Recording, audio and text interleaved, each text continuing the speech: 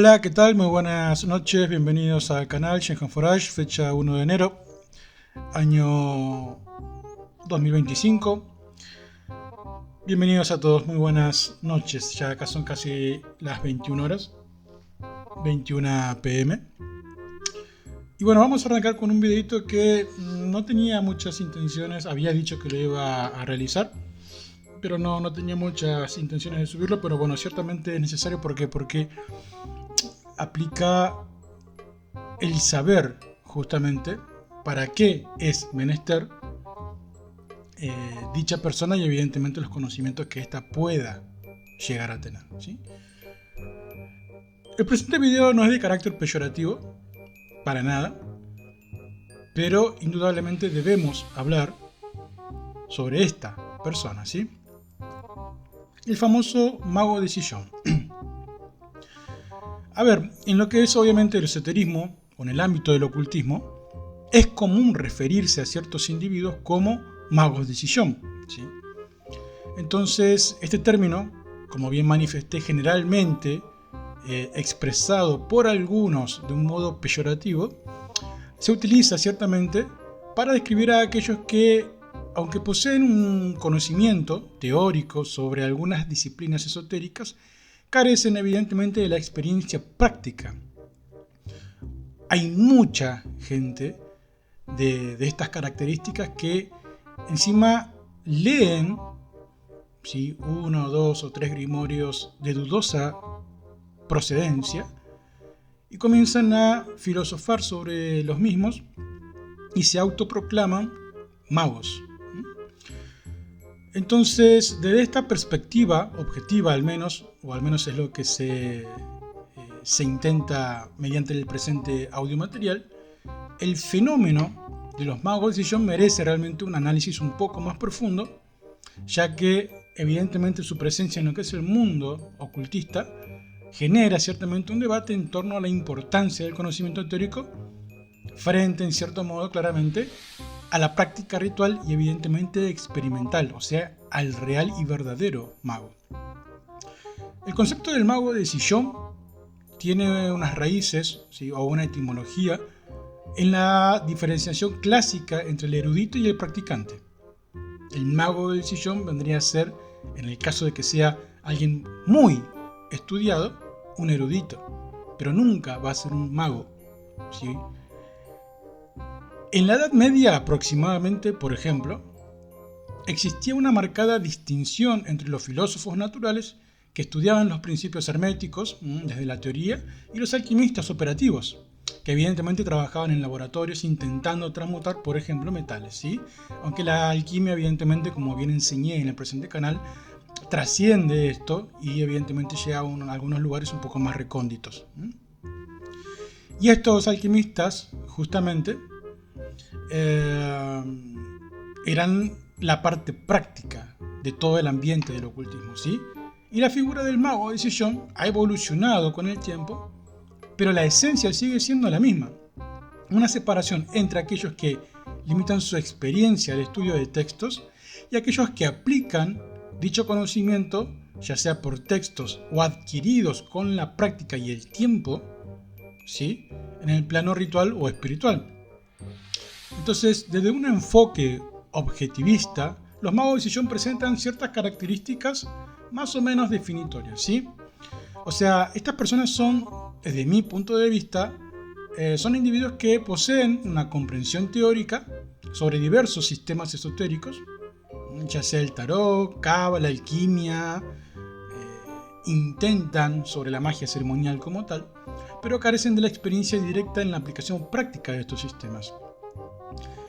A menudo los magos de sillón muestran un interés marcado por la historia, evidentemente, del ocultismo, que me ha pasado con un papanata en el día de hoy, dedicando tiempo a estudiar las obras de autores, algunos medios desconocidos, de dudosa reputación, y otros por ahí un poco más íconos propios de lo que es el ocultismo como tal. Por ejemplo, Agripa, Eliphas Levi, Crowley, etc., ¿sí?, sin involucrarse activamente en lo que es la práctica de los principios que estos autores evidentemente propusieron, ¿sí? Y estas personas, los magos de sillón, son propensos a discutir y debatir sobre cuestiones filosóficas y conceptuales del ocultismo, participando más o menos activamente en foros, conferencias o algunos círculos intelectuales, pero evitando o minimizando la importancia de la experiencia ritualística. Son esas personas que hablan mucho, pero cuando tienen un problema no saben para dónde correr, no saben cómo orientar o encarar una problemática, no saben analizar, no saben resolver. Por ende, no sirven. ¿Sí? A ver, ¿tienen algún tipo de ventaja estas personas? Sí, la tienen. Los magos de sillón desempeñan un papel crucial más o menos en lo que es la preservación y transmisión del conocimiento esotérico. Al dedicarse al estudio y la documentación habitualmente, aseguran que las tradiciones y enseñanzas antiguas no se pierdan con el tiempo. Su enfoque teórico permite un análisis más o menos crítico, ¿sí?, de las prácticas y creencias ocultistas. Y digo más o menos porque no aplican. Y si aplican, creen que está bien, pero como bien manifesté, la gran mayoría de los magos de sillón no salen de eso, son solamente doctrinarios. ¿Sí? Y no van a tener resultados. ¿Por qué? Porque el tener resultados conlleva mucho tiempo. ¿Está? Entonces, como bien manifesté, el enfoque de estas personas, que es de carácter teórico, permite un análisis más o menos crítico de lo que son las prácticas y creencias ocultistas o esoteristas, lo cual puede contribuir a un entendimiento un poco más profundo y menos dogmático, evidentemente, de las mismas. Y en cierto modo, gracias al trabajo de ellos, el conocimiento ocultista se vuelve más accesible para el público en general, lo que puede fomentar un interés más amplio en esta disciplina. El problema con estas personas, lamentablemente, es que al tener un conocimiento teórico, ¿sí?, pueden transgiversar textos, ¿sí?, o pueden adulterar documentación, o pueden reinventar sistemas y quedan como magos cuando realmente no son nada.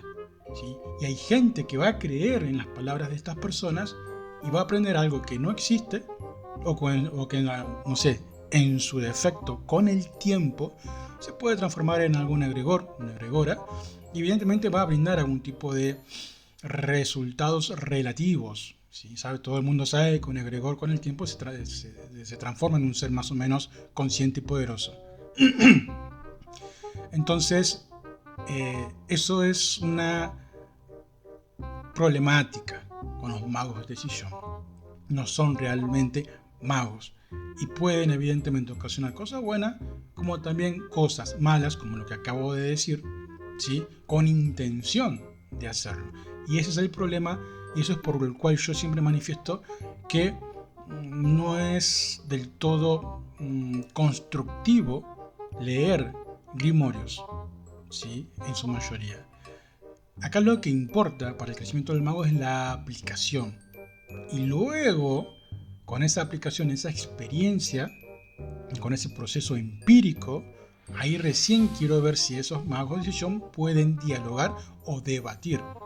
Solamente te debaten desde la letra fría de algún grimorio que puedan leer, nada más. ¿Sí?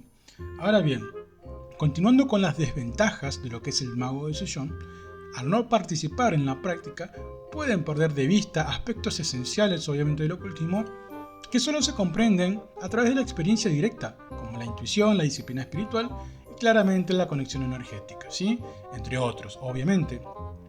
En ciertos casos, la acumulación de conocimiento teórico sin aplicación práctica puede conducir a una especie de intelectualismo vacío, donde el conocimiento se convierte básicamente en un fin en sí mismo, en lugar de un medio para lo que es la transformación o transmutación personal. La figura del mago de sillón puede contribuir a la percepción de que el ocultismo es una disciplina puramente académica, alejándose de su naturaleza espiritual y práctica o empírica, ¿sí? Y en la era digital, en la actualidad, el fenómeno, desde mi punto de vista al menos, de los magos de sillón se ha intensificado. Con el acceso a cantidad prácticamente ilimitada de información a través de Internet, muchas personas se han básicamente convertido en autodidactas de lo que es el ocultismo, dedicando horas al estudio de textos, pero evitando obviamente la práctica ritual por diversas razones. El miedo al fracaso, falta de guía adecuada, o de comodidad personal, o básicamente miedo. ¿Sí? Porque muchos son excelentes magos de la boca hacia afuera, pero en la cancha es donde realmente se ve qué tan mago sos, o qué tan brujo, o qué tan hechicero, ¿sí? Las redes sociales y los foros especializados evidentemente han dado lugar a comunidades enteras de magos de sillón, quienes obviamente comparten sus conocimientos y debaten sobre teorías ocultistas sin involucrarse activamente en la práctica.